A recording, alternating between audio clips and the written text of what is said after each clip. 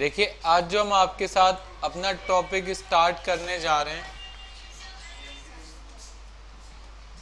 वो टॉपिक हमारा डिपेंड करता है सेक्शन 44 और जो बात करता है एनुअल रिटर्न। आज हम आपके साथ जो टॉपिक स्टार्ट कर रहे हैं वो मे भी हो सकता है आपकी 2 क्लास तक चल जाए, जो बहुत ज़्यादा यूज़ होने वाला टॉपिक है लेकिन साल में एक बार, जिसका नाम है GSTR 9। आपने रिटर्न 1 देखी, आपने 2 देखी होगी, आपने 3B देखी होगी और इसके साथ साथ आपको एक रिटर्न मिलती है जिसका नाम है GSTR 9। GSTR 9 का मतलब है annual return. Sir annual return क्यों भरी जाती है और इसका मेन मोटिव क्या है? जैसे आप लोग अपनी GSTR 1 भरते हो, GSTR 3 भी भरते हो, कई बार वो रिटर्न एक्यूरेट नहीं हो पाती, कई बार आप एक्स्ट्रा क्लेम कर लेते हो, कई बार आप शॉर्ट क्लेम कर लेते हो। तो उसके लिए गवर्नमेंट कहती है कि हमें ईयर में एक रिटर्न चाहिए हो, आपसे चाहिए होगी, जिसका नाम है GSTR 9। जैसे आप GSTR 9 में आओगे और आप अगर लॉ पढ़ते हैं तो लॉ में आपको एक सेक्शन मिलेगा, सेक्शन 44।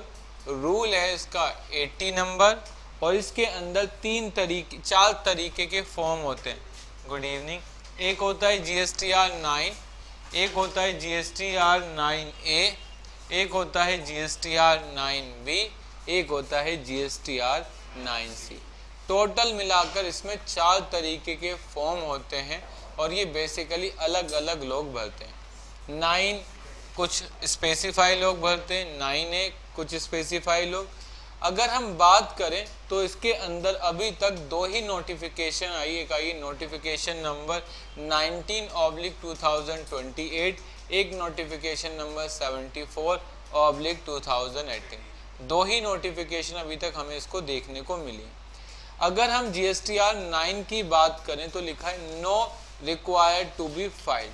कह रहा है कि आपको GSTR 9 फाइल करने की आवश्यकता नहीं है अगर आप कौन हो, ISD कौन होते हैं? Input service distributor. अगर तुम ISD हो तो उस केस में तुम्हें GSTR 9 भरने की आवश्यकता नहीं है। अगर तुम TDS TCS वाले हो तब भी तुम्हें GSTR 9 भरने की आवश्यकता नहीं है। और अगर तुम कौन हो, नॉन रेजिडेंस, अगर तुम बाहरी विदेश के नागरिक और इंडिया में कोई बिजनेस करते हो तब भी तुम्हें GSTR 9 भरने की आवश्यकता नहीं है। और साथ साथ अगर आप एक कैजुअल टैक्सेबल पर्सन हो जो सीजनेबल काम करते हैं, ठीक है, दिवाली आई तो कलर बेचने लगे, होली आई तो पटाखे बेचने लगे, अगर आप इस तरीके का काम करते हैं तो हम क्या बोलते हैं? Seasonable casual taxable person. क्या बोलते हैं उसे हम? Casual taxable person. ठीक है, तो उनको भी अपनी GSTR 9 भरने की आवश्यकता नहीं है। क्लियर? अब लिखा है कि GSTR 9 किसको भरना है? Normal person. नॉर्मल कौन?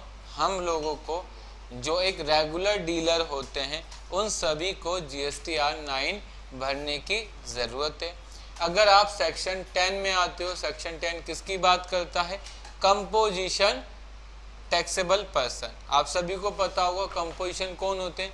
वो डीलर होते हैं जिनका लास्ट ईयर का टर्नओवर 1.5 करोड़ रुपए से कम होता है और वो बताई गई कंडीशनों को फॉलो करके कंपोजिशन स्कीम में रहते हैं। उसे हम क्या बोलते हैं? Section 10 composition dealer. मैं यहाँ पर सेक्शन 10 की बात कर रहा हूँ तो आप सिंपल सी बात समझेंगे, कंपोजिशन डीलर, क्योंकि सेक्शन 10 में सारी किसकी बात लिखी हुई है? कंपोजिशन डीलर की। इसके बाद लिखा है कि एवरी फाइनेंशियल ईयर, ठीक है, हर साल आपको भरना है। सर सपोज डेट, इस रिटर्न को हमें कब तक भरना है? सपोज सर मान लो अभी हम फाइनेंशियल ईयर 1920 को बात कर रहे हैं तो फाइनेंशियल ईयर 1920 की लास्ट डेट क्या है? तो फाइनेंशियल ईयर 19-20 की जो लास्ट डेट थी वो देश थी 31 दिसंबर 2020। लेकिन आप लोगों को सभी को पता है कि इस साल हमारे सामने एक ऐसी प्रॉब्लम थी जिसके अंदर हम लोग सभी क्या थे, परेशान थे। तो उस केस में गवर्नमेंट ने इसकी डेट को एक्सटेंड करके कब तक कर दिया है, 28 फरवरी 2021 तक कर दिया। और मे भी हो सकता है इसकी डेट आगे और भी क्या कर दी जाए, एक्सटेंड कर दी जाए। क्लियर। इसके बाद अगर हम बात करें, सर मैं एक रजिस्टर्ड पर्सन हूं और मैं नॉर्मल बिजनेस करता हूं। सर सपोज करो अगर मैं फाइनेंशियल ईयर 19-20 की रिटर्न की लास्ट डेट क्या होती है, गवर्नमेंट ने कहा कि फाइनेंशियल ईयर 19-20 की लास्ट डेट 31 दिसंबर 2020 थी। मतलब अगर मैं 20-21 की बात करूं तो नेक्स्ट ईयर 31 दिसंबर 2022 तक की लास्ट डेट होगी। कब की बात कर रहा हूं मैं, फाइनेंशियल ईयर 20-21 की। कब की बात कर रहा हूं, 20-21। तो इसकी लास्ट डेट कब होगी, 31 दिसंबर 2022। क्योंकि क्यों भाई, अगर मैं 20-21 की बात करूंगा तो 20-21 कब खत्म होगा, ठीक है, तो उसकी लास्ट डेट है।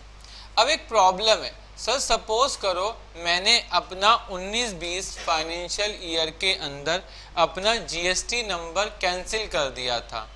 मुझे लगा मेरा काम चल नहीं रहा है, मैं बहुत परेशान हूँ, दुखों का मारा हूँ, क्या कर देता हूँ, अपना जीएसटी नंबर कैंसिल कर देता हूँ। तो मैंने अपना जीएसटी नंबर कैंसिल कर दिया। आप सभी को पता है कि अगर आपका बिजनेस बंद हो गया ना और आपने कहा कि मुझे अब कोई काम नहीं करना, आपको अपनी जीएसटी नंबर पोर्टल पर जाकर रिक्वेस्ट करनी पड़ती है कि सर आप हमारा जीएसटी नंबर कैंसिल कर दो। उसके बाद डिपार्टमेंट में बैठे अफसर चेक करते हैं, आपने अपनी सारी रिटर्न भर दी, आपने अपनी टैक्स की पेमेंट कर दी, और जब उनको लगता है कि वो सारी कंडीशन सेटिस्फाई, उसके बाद वो अप्रूवल देते हैं कि आप अपनी जीएसटी नंबर क्या कर सकते हैं, कैंसिल कर सकते हैं। और कैंसिल करने के बाद आपको एक रिटर्न भरनी पड़ती है जिसका नाम होता है GSTR 10। कौन सी रिटर्न भरते हैं, GSTR 10, जिसका नाम होता है फाइनल रिटर्न। अगर आप लोगों ने अपना जीएसटी नंबर कैंसिल किया है तो उसके लिए पहले डिपार्टमेंट को आप अप्रूवल देते हैं। डिपार्टमेंट उस अप्रूवल के बाद क्या करता है, चेक करता है, और उसके बाद वो कहता है कि आप GSTR 10 भर दें। जिस दिन वो अप्रूवल देगा उसके 90 दिन के अंदर अंदर आपको अपनी GSTR 10 भरनी होती है।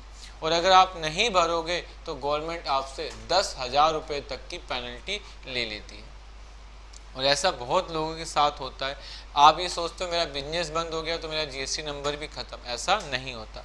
तो इस केस में भी यही था कि फाइनेंशियल ईयर 19-20 में इसने सितंबर 2019 को अपना जीएसटी नंबर क्या कर दिया, कैंसिल कर दिया। तो क्या इसे GSTR 9 भरनी है? हाँ सर, इसे GSTR 9 भरनी है, क्योंकि गवर्नमेंट ने साफ कहा है कि अगर आप में से कोई भी व्यक्ति किसी भी फाइनेंशियल ईयर के एक दिन भी काम करता है तो उसे अपनी GSTR 9 भरनी पड़ेगी।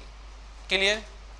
इसके बाद अगर हम आगे चलें तो मैंने आपको बताया कि एनुअल रिटर्न रूल 80, कौन सा रूल बताता है? रूल 80 बताता है कि GSTR 9 चार तरह की होती है। एक 9 होती है, एक 9A होती है, एक 9B होती है, और एक GSTR 9C होती है। अगर आज हम आपके साथ बात करें तो यहाँ पर लिखा है GSTR 9 every registered person except few. क्या लिखा है? हर किसी को GSTR 9 भरनी है, लेकिन कुछ लोगों को छोड़ के।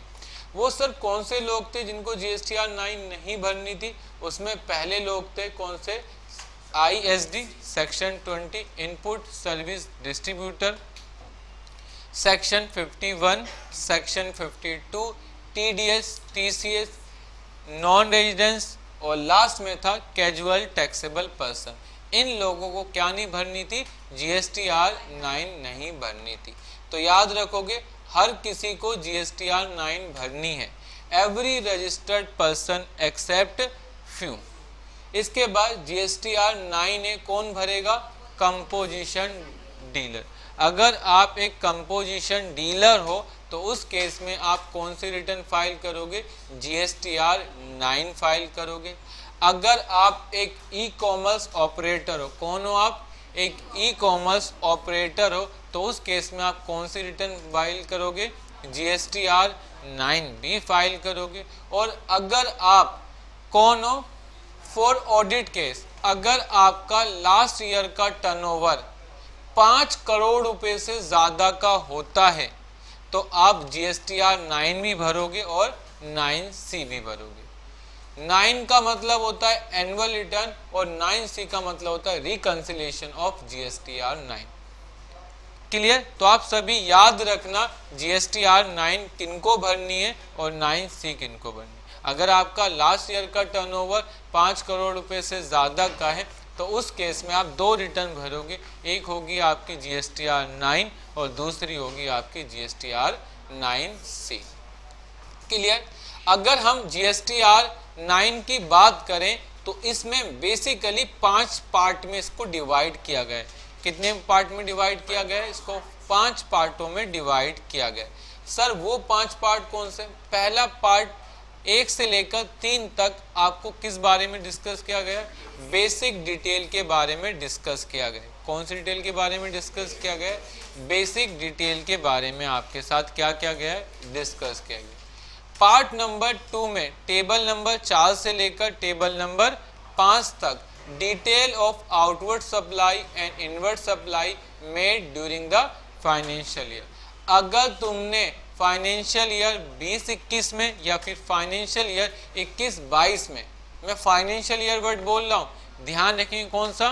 फाइनेंशियल ईयर 20-21 या फिर फाइनेंशियल ईयर 21-22 कि उस साल आपने जो भी परचेज या जो भी आपने सेल की होगी उसकी इंफॉर्मेशन आपको किसको देनी है? डिपार्टमेंट को देनी है। इसके बाद पार्ट 3 बात करता है टेबल 6 टू टेबल 8 की डिटेल ऑफ ITC। ITC का मतलब होता है input tax credit for the financial year.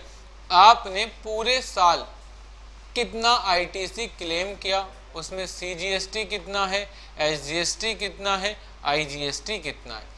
फिर बात करता है table number 4 detail of tax paid as declared in return file during the financial year, table number 9।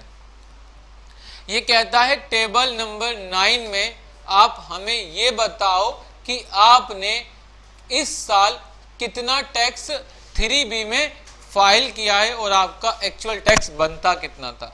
अगर वो जो तुमने फाइल किया है वो एक्सेस है, ज़्यादा है, तो डिपार्टमेंट कोई भी एक्शन नहीं लेगा, और अगर वो कम हो जाएगा तो उस केस में डिपार्टमेंट आपके ऊपर क्या कर लेगा? एक्शन ले लेगा। क्लियर है? इसके बाद टेबल नंबर 5 बात करता है 10 to 14 particular of the transaction for the previous year declare in return of as per to September of current financial year up to date of filing of annual return of previous financial year whichever is earlier। देखो table number 10 से लेकर 14 तक ये बात करता है किसकी? अप्रैल to सितंबर। आप सभी को पता होगा हमारा फाइनेंशियल ईयर स्टार्ट होता है 1 अप्रैल से और वो नेक्स्ट ईयर 31 मार्च तक क्या हो जाता है? बंद हो जाता है। गवर्नमेंट ने कहा हमारा फाइनेंशियल ईयर रहेगा, हमें कोई दिक्कत नहीं, लेकिन हम इंसान हैं, हमसे गलती हो सकती है।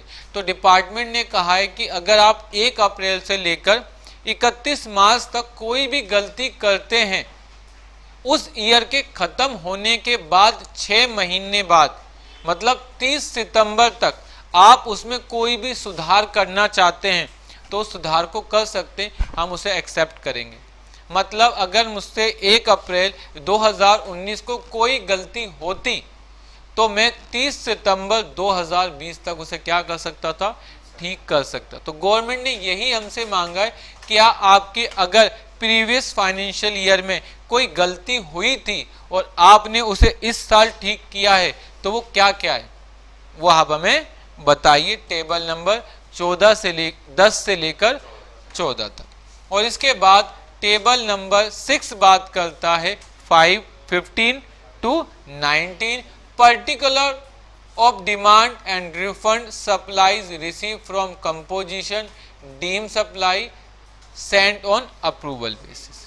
ठीक है, तो ये आपके टोटल 6 पॉइंट थे जो हमने आज आपके साथ डिस्कस की। क्लियर? आज के लिए बस हम इतना ही रखते हैं, आप इसको याद कर लें, बाकी हम अपनी नेक्स्ट क्लास में कवर करेंगे।